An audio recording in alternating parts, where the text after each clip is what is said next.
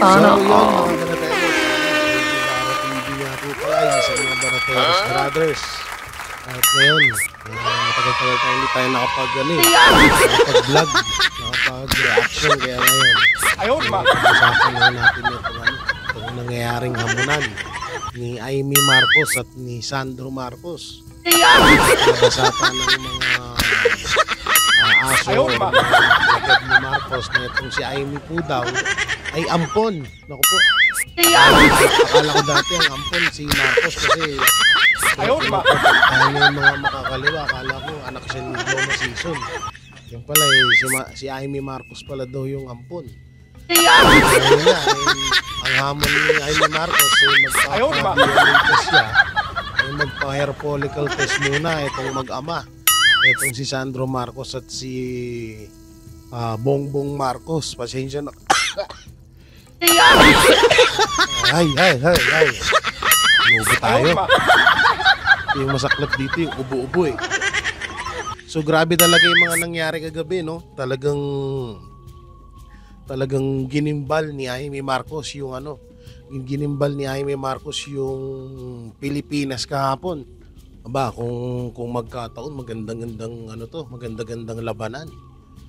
Tita versus brother versus son. Tsaka alam nyo, doon sa mga sinabi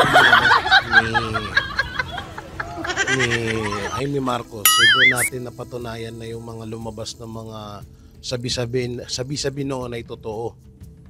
Dahil 'di ba dati si Cathy Binag din, 'di ba, na parang inaalok daw siya ni Lisa Araneta Marcos na mag-take ng ng droga. So ngayon napatunayan na natin na totoo 'yun. Ang tanong, kailan kaya may lalabas yung USB? Nga, Ma'am Cathy Binag, panahon mo na para ilabas ang USB. Oo, ang USB na matagal nang inaantay ng taong bayan. So doon, alam nyo, nakakatawa lang ngayon dahil katulad lang nila Larry Gadon at ni attorney, dapat tanggalin ni attorney sa pangalan niya, Anticler na lang. Anticler, kasi alam nyo yun, parang gusto nilang palabasin sa taong bayan na sila yung paniwalaan kasi sila yung hindi kadugo. At yung kadugo ni Marcos na nagsasabing adik nga, etong si Marcos Jr., parang siya pa yung ayaw paniwalaan.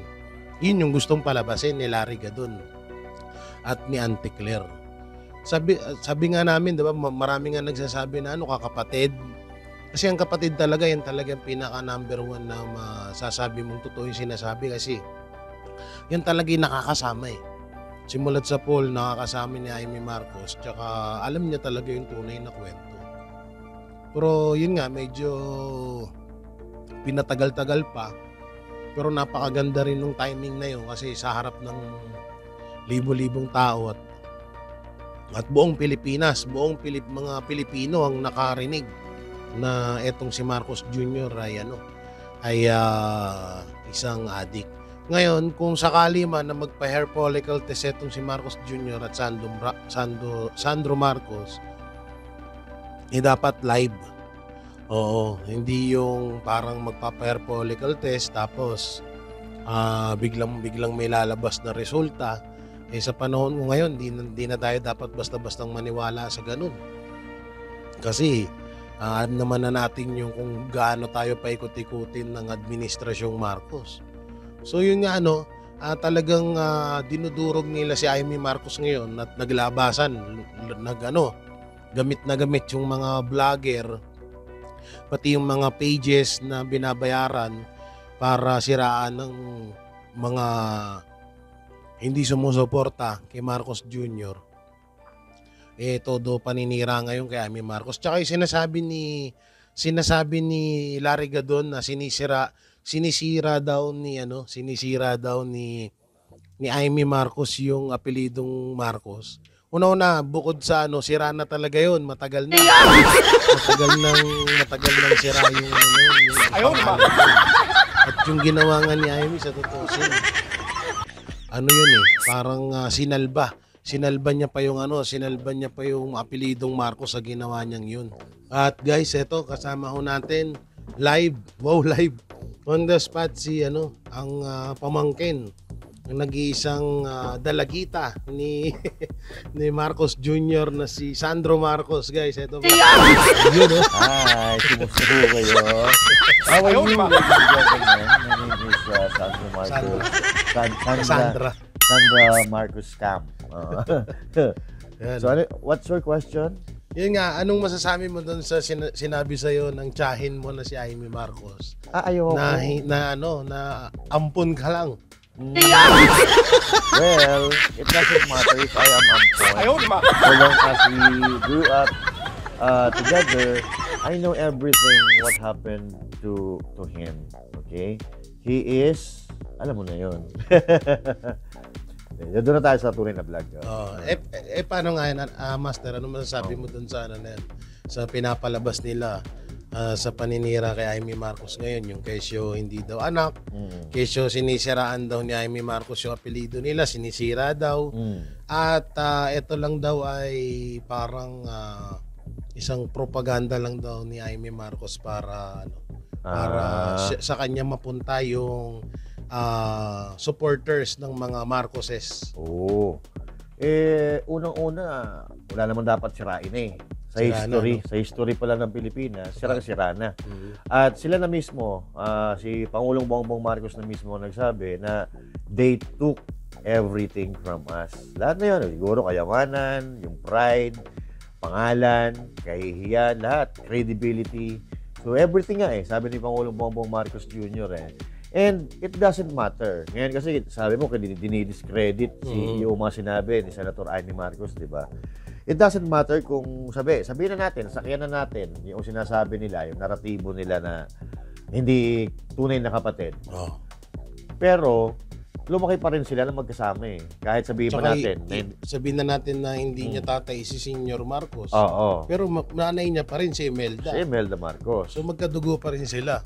At ang punto dito, magkasama silang lumaki. Diba? Kaya nga nagkaroon sila ng pelikula na inikinukwento doon kung ano naging sa karakter ni Marcos Jr., karakter ni Amy Marcos Jr., at marami tayong natuklasan doon na mga characteristics ni Pangulong Bongbong Marcos na nagre-reflect ngayon.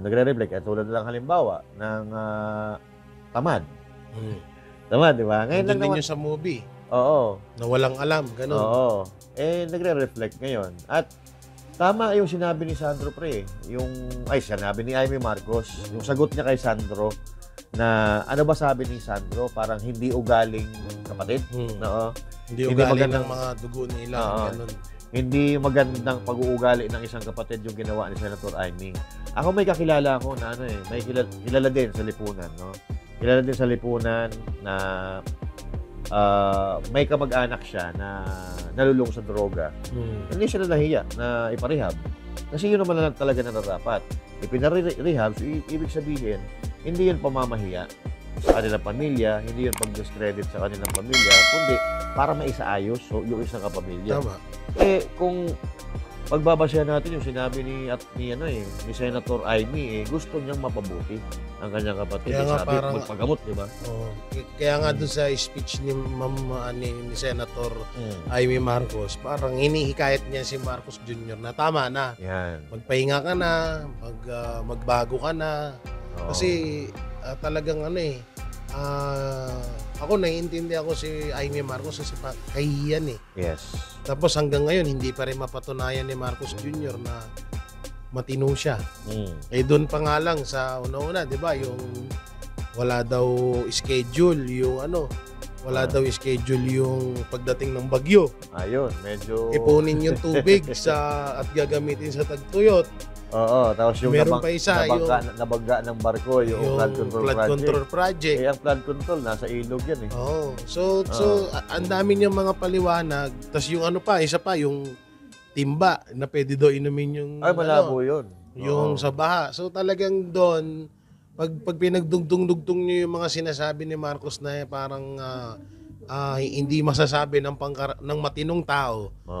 Nung sinabi ni Amy Marcos na pansinin niyo ang pananalita niya, At ang kanyang mga sinasabi, ang gulo-gulo na. Iba-iba na. Iba-iba na. Oo. Tsaka hindi naman bago to eh. Si Claire na mismo nagsabi, di ba? Na etong naging issue na itong pagiging bangag ni Pangulong Bongbong Marcos dahil una nang sinabi ito ni President Duterte. Pero ang tanong kasi dito, wala namang naging ending to eh. Hindi napatunayan na siya ay malinis talaga dahil naging question pa nga yung sinasabi ni Claire Castro na negative si Pangulong Bongbong Marcos, yung resulta galing sa St. Luke's. Questionable pa yon kasi halos 2 minutes lang yung pagitan ng from the time na yun ay pre-process hanggang sa matapos makuha yung resulta. Walang ganun. Hindi ganun kabilis sa pagkuha ng drug test eh. Tsaka kapag tayo, alam ko, 1 linggo ata eh. 1 linggo bago balikan or 3 days eh yun. Ilang minuto lang. Hindi, sabihin na natin na ang process talaga sabihin na natin 20 minutes. Yun, 20 minutes. Kasi presidente naman siya, pwede sabihin ng pabilisin no? Pero abot yan, hindi, mga 30, siguro mga 20 to 30 minutes kasi siyempre kukunan ka pa ng dugo. Hindi naman pa pwede na pagpunta mo doon, may dugo ka ng dala-dala. Kukunan ka ng dugo. Siyempre, lalagyan pa nga yan ng alcohol and all that, tapos tutusukan, nilalagay sa plate, tapos i-check sa microscope. Yung palang kakain ng oras yun eh. Pero yung 2 minutes, mahirap pa naman. Yun. Yung naman, yung mga sinasabi ni Ante Claire ngayon, paano niya lulusutan to? Actually, ito nga, may sinabi siya kagabi na papaano daw si Bongbong Marcos Jr. magda-drugs o gagamit ng droga, naiisa na daw ang kidney niya. Sabi niya, i-donate daw sa tatay niya, pinagmamalaki niya na ganyan kamahal ni Pangulong Bongbong Marcos sa kanyang ama, i-donate niya yung isang kidney niya sa tatay niya, kaya hindi siya pwede magdroga. And only to find out na ang 2 kidney pala na i-transfer doon kay Daddy Ferdy, kay Marcos Sr. ay galing sa kanyang sundalo, yung aide niya, at galing sa anak ng masahista niya. So hindi pala galing kay Bonge. So ano ngayon yan? Ipinost na yan, nilabas na? Sunog na naman si Ante Claire. So checkmate na naman si Ante Claire. So panibagong na naman. Tsaka ito, tanong partner ba't parang pinalalabas niya, mas may alam pa siya sa kapatid? Yun na nga eh. Yun nga yung katawa-tawa na nangyayari ngayon. Kaya katulad niyan si Larry Gadon, si Ante Claire na mas may alam pa kayo sa kapatid. Iyang kapatid na yan, sabihin na natin hindi magkapatid ng buo, etong si Marcos Jr. at Amy, simulat sa pool, magkasama na nga iyang mga yan. Yes. Simulat sa pool, magkakasama na yan sa isang bubong at alam bakit ikaw, Ante Claire, wala kang kapatid? Na para hindi mo malaman kung ano yung ginagawa. Yes. Siyempre malalaman yan. At ang punto dito, bakit namin kayo papaniwalaan na hindi naman kayo kadugo ni Marcos? Siya yung kay Gadon, Tsaka yung kay Larry Gadon. Kawawa naman si Larry Gadon. Nadisbar na ng 2 beses, matatanggal pa sa gobyerno. Naiintindihan ko kasi, siyempre, kahit naman ako ang sarap na buhay ko ngayon. Sumusweldo ako dahil ako ay isang secretary ng gobyerno. Hindi kaya nakatanggap din yun ng isang maletang hindi natin alam. Sa tono ng pananalita niya, galit na galit siya. Mukhang nakikinabang. Kaya nga si Ante Claire ngayon, ang tawag na kay Ante Claire, hindi na si Yusek Claire Castro. Second lady na. Siya na si second lady. Kasi di ba may first, si First Lady Lisa Araneta Marcos. Tapos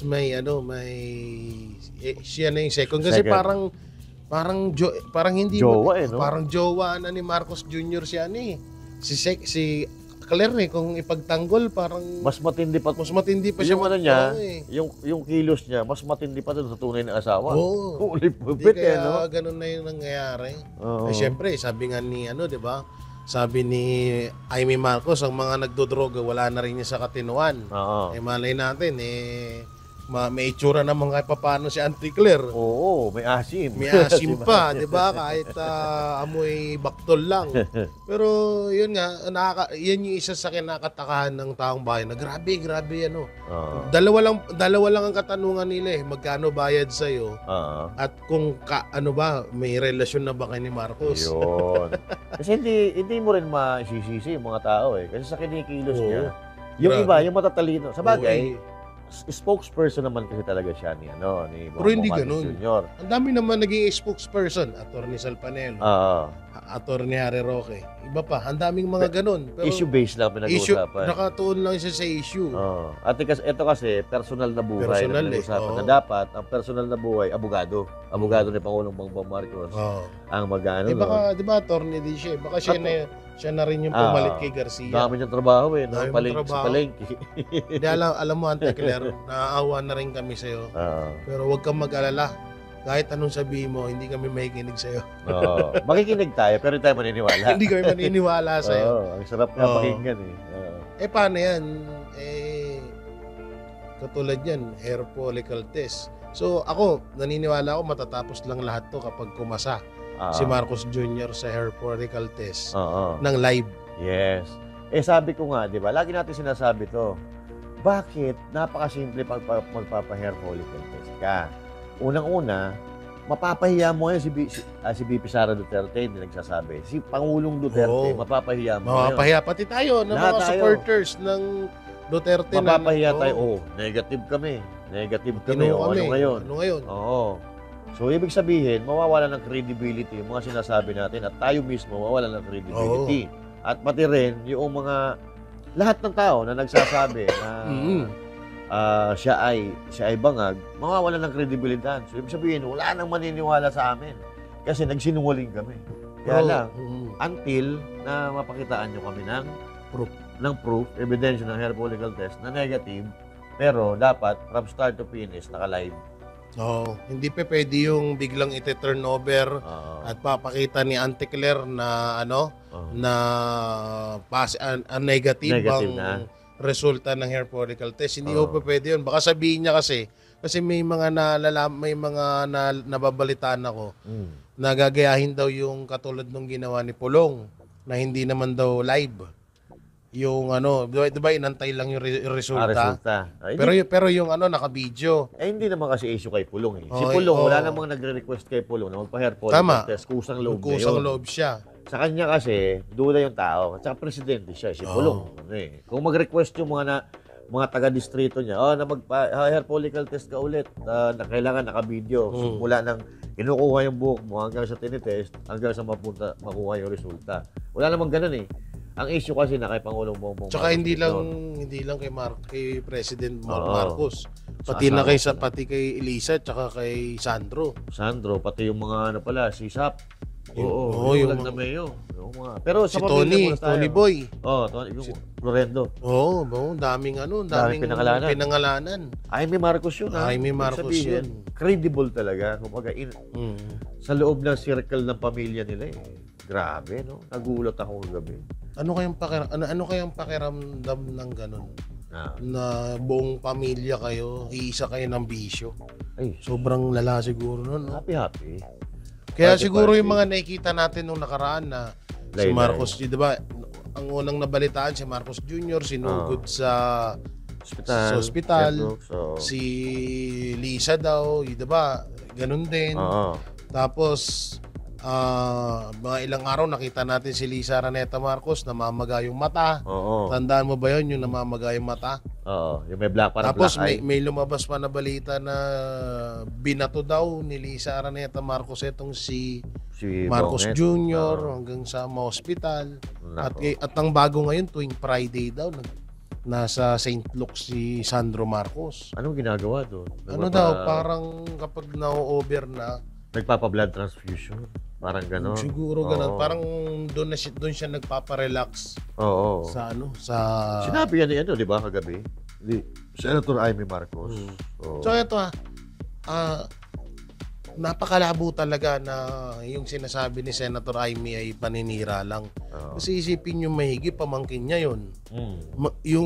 Yung dalawa pa, di ba? May dalawa pang kapatid si Sandro. So sobrang grabe ka naman natita kung ganun ang gagawin mo, di ba? So talagang ibig sabihin, hindi mo masasabing paninira lang. Yan talaga ay totoo. Tsaka yun nga, walang ibang magpapatotoo niyan at walang ibang pinakamalaking ebidensya kundi si Amy lang. Kasi siya yung kapatid eh. Yes, kahit sabihin na natin na eto, halimbawa, mali yung paratang ni Amy na nagdodroga din si Sandro. Sabihin na natin, labas na natin yun. Eh, hindi naman namomonitor yan ni Amy.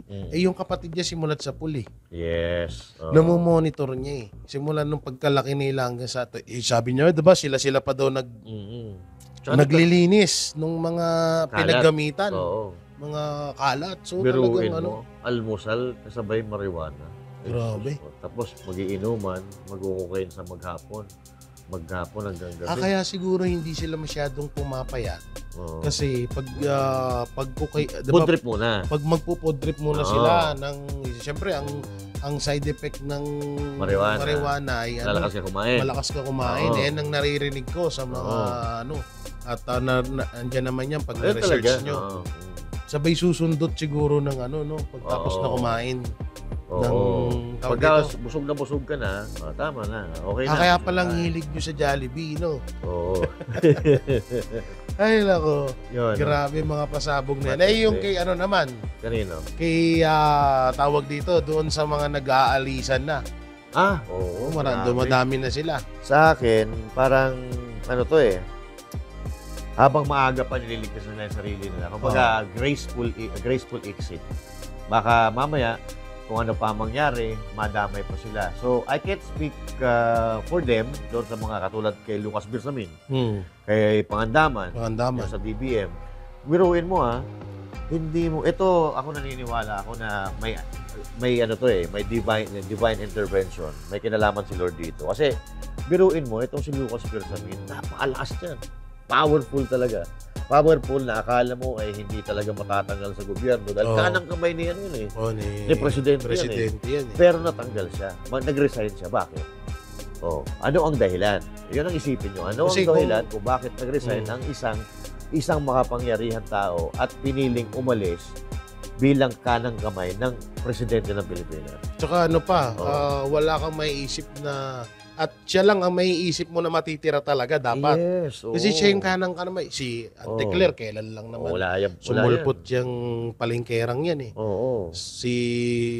Sabihin natin si Boying, hindi rin. Lahat talagang si Lucas Bersamin ang talagang makikita mong makakasama. Yes, kasi pagkatanggal kay Vic Rodriguez, pasok agad si Bersamin. Tsaka sila na kumuha ng mga gabinete. Si Remulla, kailan lang naman sa DOJ yan tsaka sa DILG mo kapatid, di ba? So si Lucas Bersamin talaga, yung kasama niya mula umpisa until na mag-resign kahapon. At ito pa, yung sa DBM, si Amina Amina, ano ba to? Pangandaman. Siya may hawak ng pera. DBM. Powerful din yun. Kasi siya talagang may hawak ng pera at siya nagre-release kung saan mapupunta yung mga pera. Kung tutuusin, ang kapangyarihan ay nasa kanya rin. Bakit siya nag-resign? Talagang ayaw niya madamay siguro. Ayaw niya talaga siguro.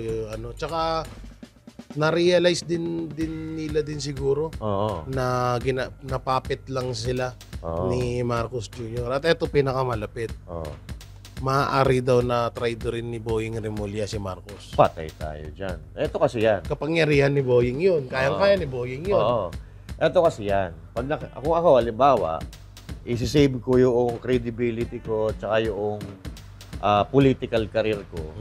Siyempre, makikita ko ang future niyan eh. Ay, puso, si VP Sara Duterte ang papalit dito. Kailangan umextra tayo dito.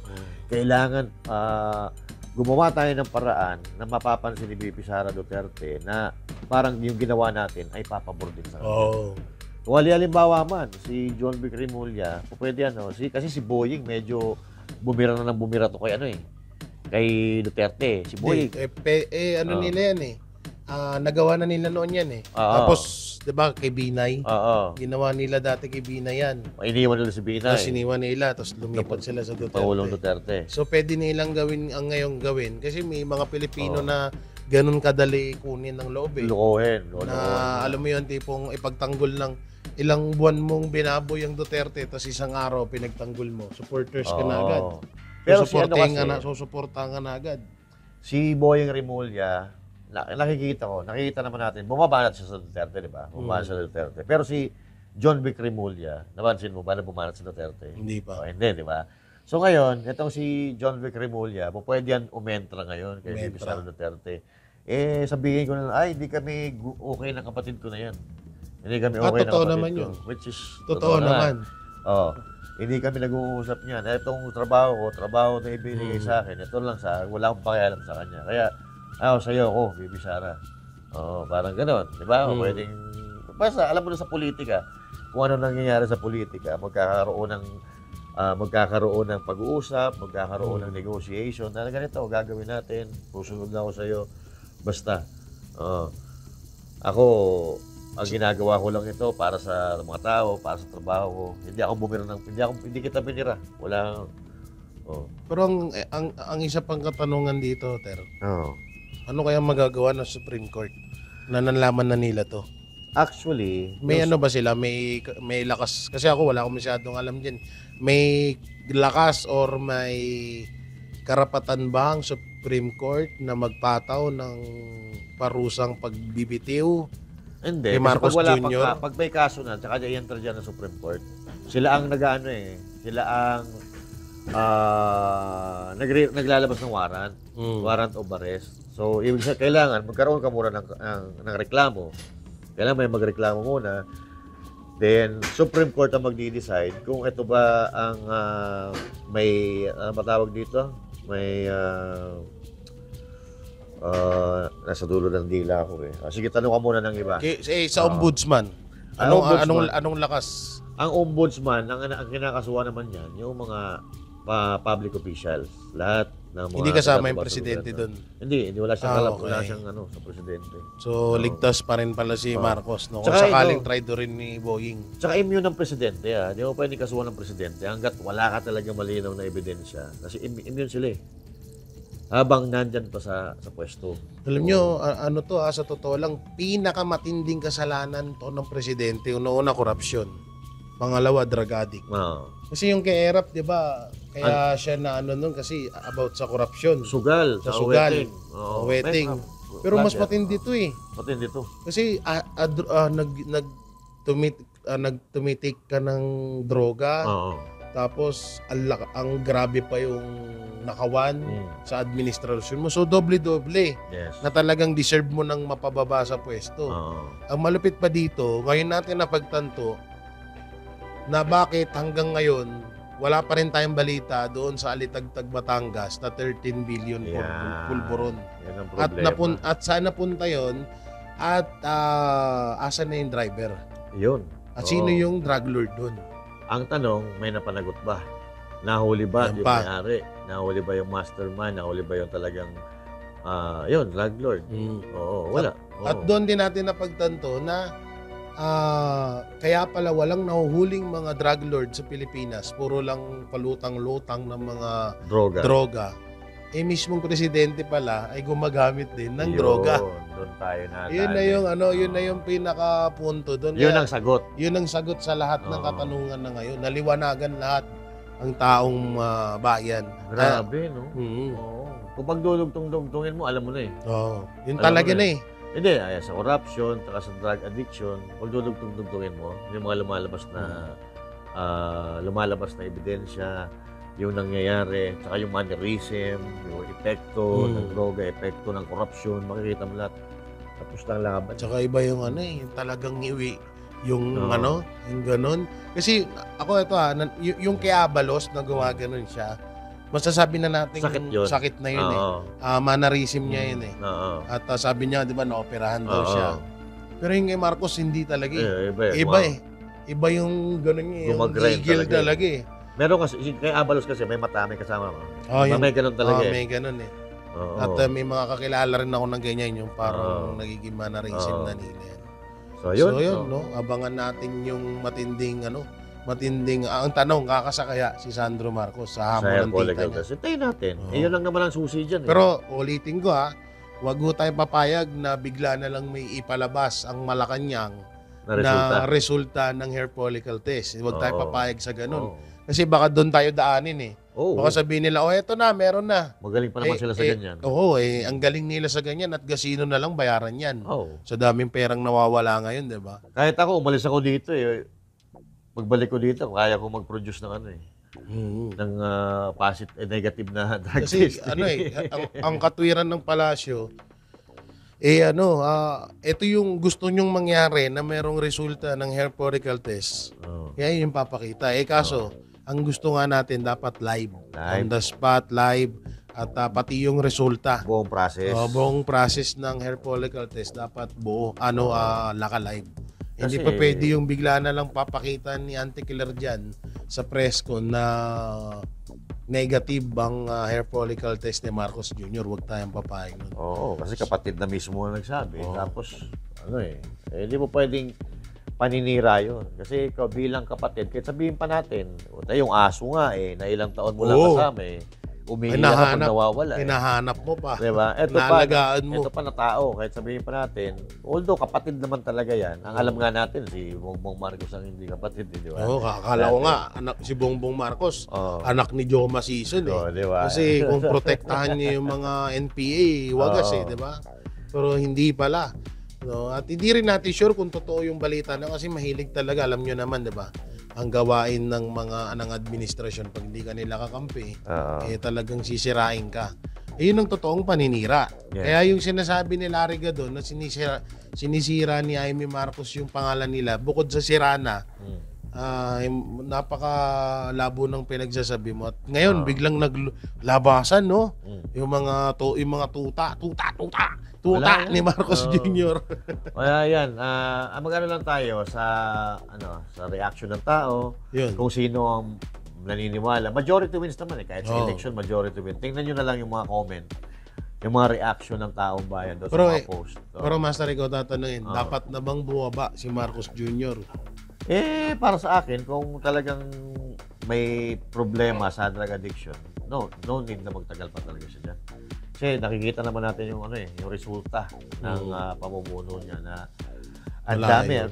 Subconsciously, marami silang pinapatay na tao. Kasi dahil sa pagnanakaw sa gobyerno, yung mga nalulunod sa baha, hindi naman nila kagustuhan yun. Hindi ang masama pa dito, parang iniisip pa ng mga pamilya na nawalan ng mga pamilya nitong mga nalunod, kasalanan pa nila. Kasi hindi nila nailigtas yung kanilang pamilya. Which is hindi, wag pong ganun. Kung hindi nyo man nailigtas ang kamag-anak ninyo na naanod sa baha, hindi nyo kasalanan yan. Kasalanan yan noong nagpoprotekta sana sa atin na flood control project na hindi nagawa. Okay, magpapaniwala doon kay Cuangco na congressman ng Pangasinan.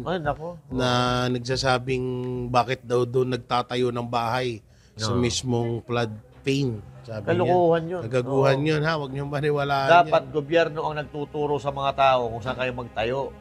Bago yan kumuha, magpatayo ng bahay, may permit yan. Tanga. Bakit nyo pinayagan? So yan, mga banateros, ako tatanungin, dapat na Kasi grabe na yung nangyayari. Yung corruption pa lang, deserve niya ng matanggal sa posisyon. Paano pa yung pagiging drug addict, diba? So doble-doble. At yung buhay ng mga kababayan natin, yun yung isa pa. So deserve niya na talaga na na bumaba sa pwesto. At ito sa harap namin sinabi to ni Pangulong Duterte, ayaw niya nga itong mangyari na maging presidente si VP Sara dahil bumaba or mapatalsik si Marcos sa posisyon. Pero kung kinakailangan, dapat nang gawin.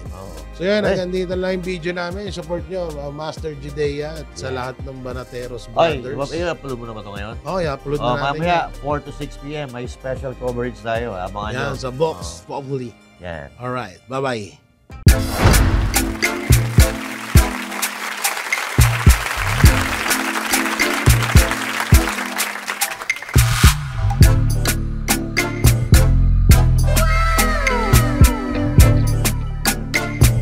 performance will start momentarily.